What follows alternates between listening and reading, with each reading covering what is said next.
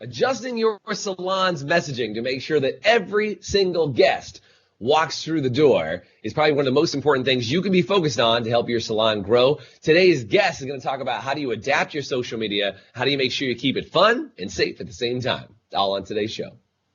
Salon owners are some of the most amazing people on planet Earth. The only problem is sometimes their hearts are so big and they give so much of themselves to their staff and guests that it creates unintended consequences. Our goal is to change the industry by elevating the way the rest of the world sees salons, spas, and barbershops and give it the credibility that it truly deserves. This is the Salon Owner Evo Revo Show. So when you think about it, Doug, so many things have changed and adapted and adjusted, but I think sometimes people forget about their marketing and they've turned their marketing into this it feels like a hospital with their marketing, and they just have not adapted and they haven't changed. And I think we need to change that on today's show, yeah? Yeah. I think some of them, there's a sense of desperation that comes out in their marketing message because it's new, it's different, you've got to adjust to it. But I think our guest today is a master at making it fun, entertaining, engaging, and still getting the proper message across where people feel safe. Totally. So our guest today, super excited to have her on. I feel like she's a friend and family in the High Performance Salon Academy, part of our Academy Fam Bam, and this gal, for crying out loud, does some really cool stuff. So we're getting close to Halloween, and she's kind of the unofficial queen of Halloween, so we're going to have her on today. We're also going to talk about marketing. Please welcome to the show, and do me a favor by just commenting, welcome to the show all the way from Austin, Texas. Chelle Knapp. What's up, Chelle? All right. Oh, that was an awesome introduction. Thank you. Well, anytime I can say Queen of Halloween all in the same thing, I feel like every time I check you out on TikTok or Instagram, I get some magical Halloween ideas. So it's always a good day. But not only are you just a brilliant marketer, Chelle, a great salon owner, you and your entire team over at Urban Betty, you run a rock star salon, and it's so fun working with you because I think your ideas are fantastic. If you guys know Chelle, do me a favor and say know her in the chat. And if you don't know her, you might want to check out her Instagram game or TikTok game or Facebook game or just her in-person game and pop over to her salon because she runs a really cool spot down there. But yeah, it's so good to have you on, Chelle. Glad to have you here. And I just think it's something that so many salons are saying that they're like, I really wish all my guests would come back through the door. And I think that there's a couple reasons why people don't come back in. And coming up this next week on October 19th, we're actually doing on Monday, coming up this next Monday, October 19th, we have our Salon and Spa 2020 Digital Bounce Back event because so many salons are trying to bounce back. And one of these topics that we're going to be covering is how do you get all of your guests to come back in. So this is like hot topic, appropriate timing, but I wanted to get your take on that and see what are some of the things you're doing to make sure that your salon and spa staff, or your staff and your guests feel comfortable to come back through the door. Awesome. I would love to chat about that as well. I just looked at it from the perspective of how would I feel as a consumer and what would I want to see? And I would want to know consistently what's going on with brands that I interact with. And so the first thing I thought about were my employees and messaging them and what we were doing and staying connected to them. But then I took that to the second tier and I stayed in consistent messaging with all of our guests. We sent out emails immediately when we had to only have 10 people in the salon. And then when we had to close, we sent out emails. And then we posted on social media, Facebook, Instagram. I made it look nice. I made it look pretty because it's a scary message. And it's totally. I kind of take the edge off of that. And I just put a beautiful photo of our salon in the background. I used Canva. And I went in and just wrote here's everything we're doing. And as it changes, I made it a living story on our Instagram page. I wanted to get that message out as much as I could and to as many people as I could. So, and I don't know if we can pull this up. If we can, this would be awesome. But you swapped out your logo. I think if I can get this up on the screen here, we'll see. But yeah, you swapped out your logo like Urban Betty in it to win it with the freaking PPE requirements. Urban Betty in for the win, right? Yeah, I mean, it's so funny. Last year, I was like, I want a little Santa hat on our Betty. And I was like, how can I do this? And I found the hat that I liked, and I found, obviously I didn't find, but I had my logo. And so I went on Canva and I just placed the little hat on her, and it was so cute. And so when all of this was happening, I thought, why don't I do the same thing with the mask? And what's funny is I found the mask, but it had the loop. So every time I kept trying to place it on her, like you could see it. So then I was like, all right, I'm just going to send this to someone on Fiverr. And I literally paid $12, and he put the mask on my logo and made it look correct. Legit. And I was like, I love this. And right. So a $12 purchase totally changed the messaging, right? And this is how I see it, Chelle, is there's kind of like two things that have to happen. This is what we're going to talk about during the Salon Spa Bounce Back. By the way, if you don't have tickets to the Salon Spa Bounce Back, comment with the word tickets, and we'll make sure we send you the link, because we are officially sold out. We're taking backup tickets. We have I think we're at like 680 people registered. It's going to be monster on Monday. But here's the thing. I think that there's got to be a good combination, Chelle, of the safety that needs to be communicated in your message, but also that the experience remains exactly the same, right? Because I think people want to know, like, they don't want to know that you've become the dentist's office, right? They don't want to know that they're going in to get their flu shot. They still want to come in and have an amazing experience. So how have you been communicating the safety and the experience as part of the same conversation? What are you guys doing to do that? Because you're communicating a lot. And I think the logo already says, like, we're still Irvin Betty. We just got some masks on. Like, you know what I mean? Like, it's still part of it. But what else? How are you communicating that? We've done videos. So we've taken people on a virtual salon tour. This was the first time I really kind of upped my YouTube game. It kicked me into gear with that because I was at home figuring out how to do all this stuff on my phone. And so I was like, I'm going to up my YouTube game because I'm at home more too. So we did a salon tour. We did like, here's when you text messages, here's the screen grab of what's going to happen, here's all the steps, but we had fun with it at the same time. And I think that's part of it, is we have fun with it. And it's still going to be fun. Yeah. Yeah, I mean, that's I think is the key, is the making it fun and entertaining. So because people got part of the salon experience really is an escape. So I mean, I think as long as they feel safe and they can escape. And Chelle, I just think y'all do a great job of relaying those two messages at the same time. I think that's where people drop the ball often, is they get too hung up on one of them. Either they go all about and ignore any of the safety stuff, or they go all in on safety and make people think they're going to the hospital.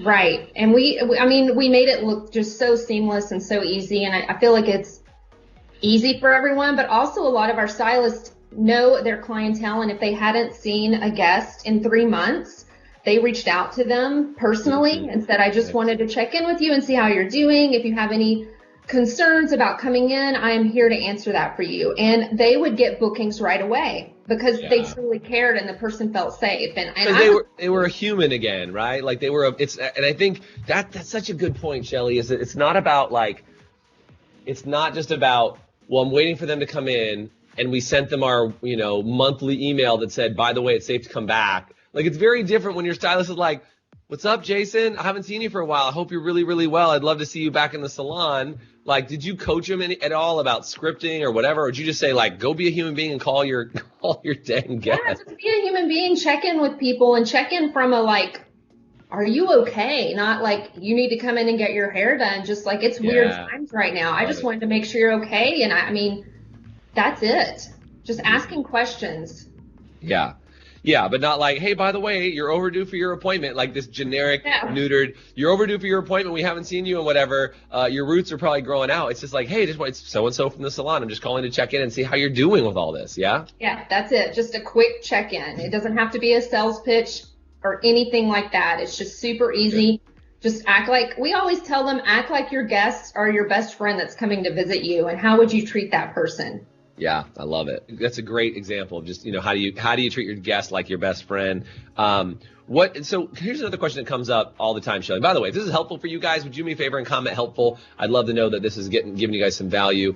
Chelle, what you said, you stepped up your YouTube game and you started creating stories around it. Can we talk about your frequency as far as what you're doing? Because I have people who say this, and I'll be the other side, right? People will say, "Oh, Jason, I sent out an email last month and told everybody about what we're doing in the salon, and like nobody came in off that. But I told them all, and they think that like one email is going to communicate to them. And I usually just ask them, like, how many emails do you have that are unopened in your inbox, you know? But like, what's sort of some of the frequency, and like, how often are you posting this? Because you already post a lot anyway in almost every channel. But like, what are some of the things you did, and what's the frequency in which you're updating people? So before the pandemic, we were doing it once a month, sending out a newsletter, and we were lucky if we got like 7% of our guests to open that. We have an email list of about 30,000 people because I brainwash our front desk into getting people's emails. I'm such a stickler for that. They have to have an email. And every month I transfer that entire email list into MailChimp. But now I've been working, I mean, things are always changing and evolving, especially now, especially with technology. And I started working with a friend of mine who helps people with marketing, because I was like, I think I need some tips. So we're now going to start sending them out twice a month, and instead of having like 6 different boxes, which we were doing with like sort of vomiting all this information up, because he was like, tell me, when you get those emails, do you click on any of those boxes? And I was like, no. And he goes, when you get an email with one thing, do you read that? Do you normally click on it? And I was like, oh, you're right. He goes, quit giving them everything. Give them the most important thing, and that's what they're going to click on. And that's what we were actually doing during the shutdown. It was just, we weren't trying to be like, here's this, here's that, here's some retail you should buy. We were just about one thing. And I was sending out probably 2 emails a month. We post on social media, Instagram, Facebook, Twitter, not as much, but Instagram and Facebook once a day at least. And I got on TikTok and dabbled with that during the shutdown. And it was funny because you say Halloween, like I got on TikTok I got all these cool hair videos, and I'm going to create a salon page, and then I'm going to create my own page, and I upload all these cool hair videos, and it was like crickets.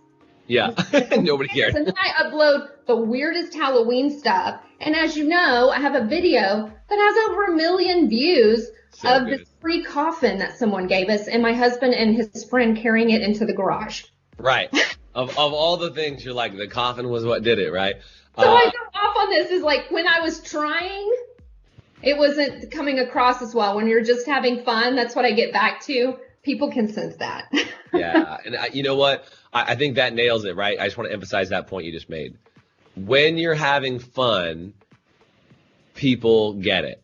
You know, people see it. And I think that's it, right? Is there's got to be, that fun has still got to exist. And I would just ask you guys, like, do me a favor, guys, type in the word fun, because if the fun part is missing from your salon messaging, well, there you go. Like that's what needs to be added back in. And I think so many people, I've asked this over and over again. And Chelle, I'm curious to know, and you may have it this way or not, so no chastising either way. But I'm just saying, when you come to the salon, a lot of people just have a big giant sign up that's like, stop, you will not be allowed to enter unless you're wearing a mask. And I get that that's a legal requirement that needs to be there. Again, vary state by state, but you got to have that. But I think my question is just like, what is that sign? Is it a big giant, like, you know, circle, red circle with a slash through it that says like, you will not be admitted unless, like, is it the troll bridge, you know, like none shall pass, you know, is it that kind of experience? And that's the first thing they get smacked in the face with. But like, how do you soften that experience and be like,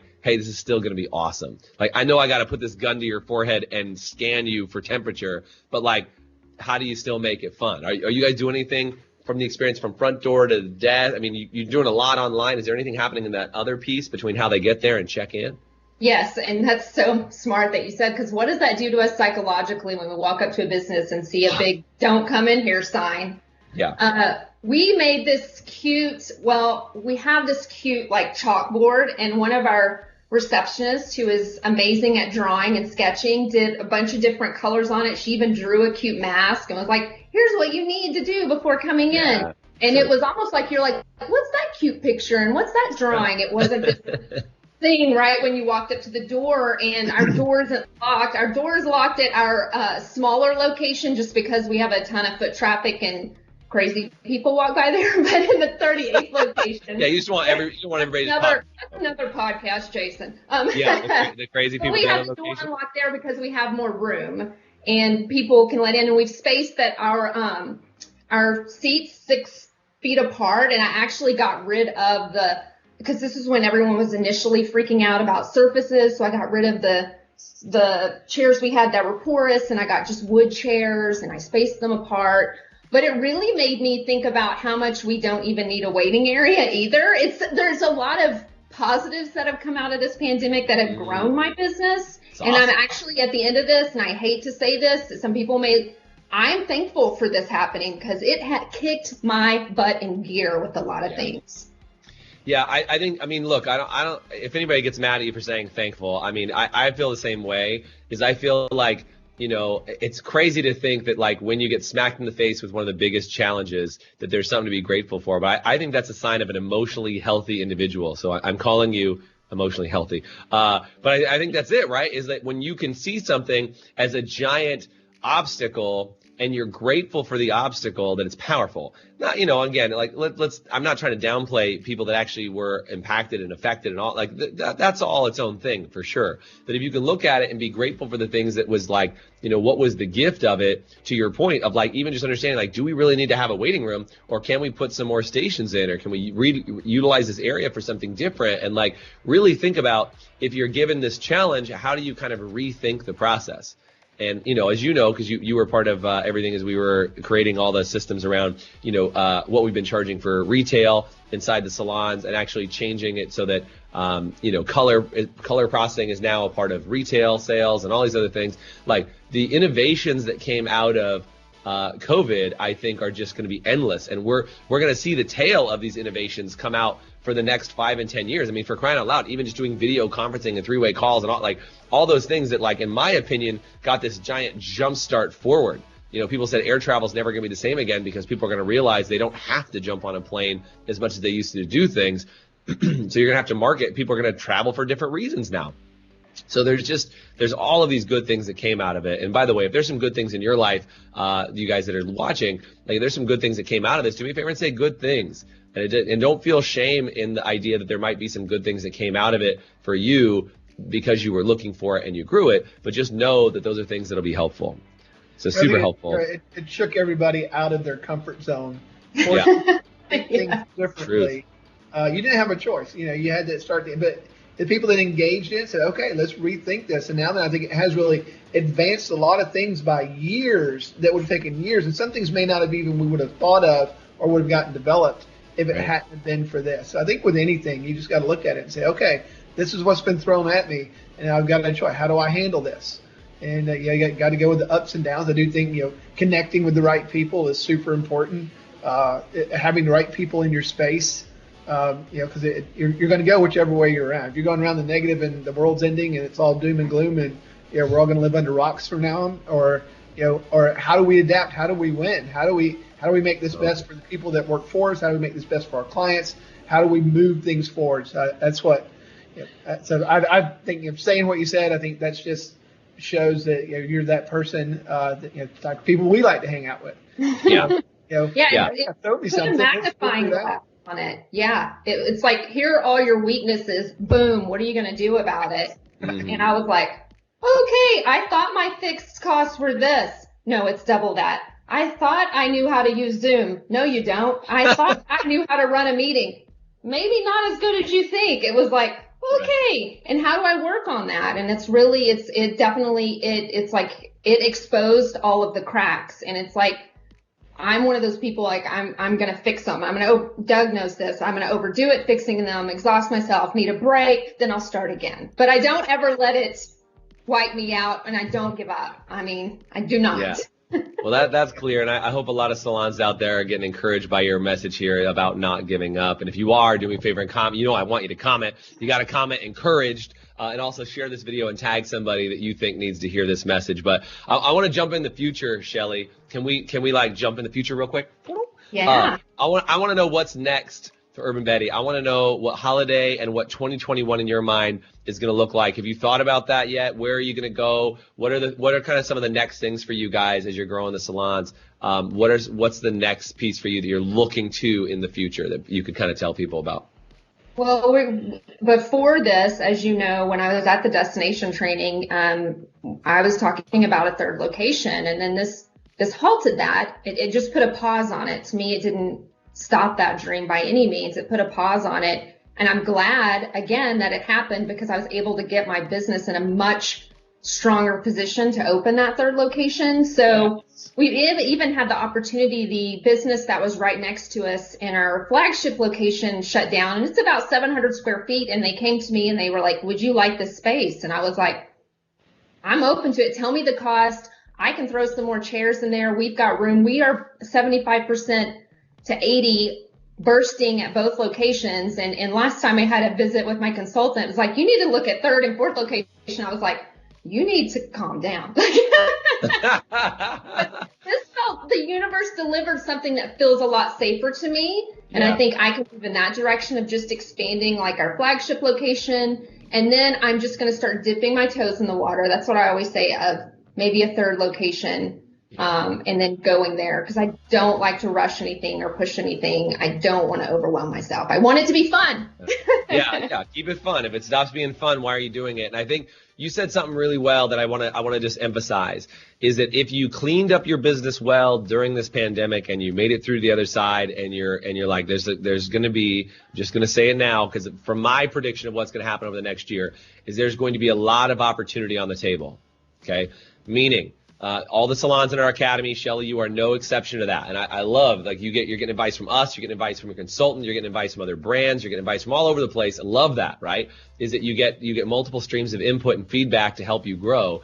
Is that there's going to be more opportunity in the next 12 to 18 months than I think anybody understands. There will be more staff looking for full-time positions. There will be more opportunities to move into locations that used to be other businesses that now could be salons. There's other salons that were not operating very healthy, and they are now no longer in existence. There's going to be people who want to get out of the salon industry altogether. So for you as what I'd consider a healthy salon business owner who says, look, I streamlined, I made it tight, I made our systems better, our team is better, all those things, there's going to be an opportunity for you to go, do we really want to have a fourth or fifth or 10th or 100th location, right? Like this idea, she's like, what? Right? But the whole idea in my mind is, if you can make yourself healthy and stable right now, the opportunity will be in front of you. And again, our vision has always been in the academy to elevate the way the rest of the world sees the salon and spa industry. And it will be with salon owners like you that are running their business really well, that are focused on growing it and never stopping the learning process, that are going to find ways to take advantage of that opportunity. And I think there's two ways to look at it. One is, I'm sad for the people who don't run their businesses well and go back to doing other things, but I'm also encouraged by other business owners who'll be able to come in, take it over, and run it at a much higher level. Yeah? Amen. Yeah. Yeah, I think there's some amazing opportunity for expansion and for plans. And if your salon is planning to expand, do me a favor and say expand in the chat. Or if you want help expanding, like, give us a call, reach out. We'll have a conversation. We'll get you in that mindset. We'll plug you in with, hundreds of other amazing salon owners just like Chelle Neff and our High Performance Salon Academy, and just get you plugged in with some amazing, incredible people that will help you lift your mindset. Chelle, this has been fun today. I think that's my theme of today. You said it's got to be fun. I love having you on just because your personality is fun, and I love talking about just anything. We could sit and talk about Cheerios for all I care, and it would still be fun. So that's a good day. Sorry, I have a 3-year-old and 6-year-old, so Cheerios often are the topics for me. That's all I'm saying. But yeah, thank you guys so much for being on today. Chelle, anything you want to say as we wrap up today? Yes, I want to say thank you guys so much. I just get warm fuzzies when I see you and Doug, because I feel so safe with you guys. I also feel like when we came on with you guys, we were at maybe a level 3 or 4, and I feel like we're at a 10 now. We've taken it to that level, and it's with the whole thing of, again, you don't push anything on anyone. You just teach us to have fun while learning, and that's true. The world of difference. Yeah. Yeah, that's it. And I can't wait until we get together in person. I know we're doing, coming up in November, we're doing our outer space training. We went to the only place that was 100% COVID free. We're doing 100% digital outer space training. And I got some cool surprises that you're going to get in a box soon from us, Chelle. That's all I'm saying. Yeah, we got some good stuff coming. But we're doing another digital training in November, and we're going to be back to in person really soon. But I can't wait to see you in person, give you a big hug or a social distance air hug, whatever it's going to be, and make some things happen. So Chelle, as always, pleasure to see you. Thanks for being on the show today, and I look forward to seeing you soon. Okay? Thank you. Bye. Thanks, you guys. Chelle. Thanks for listening to the Evo Revo podcast. If you liked today's episode, please subscribe leave us a review, and you can always get more information, including show notes and the video episodes at evorevopodcast.com.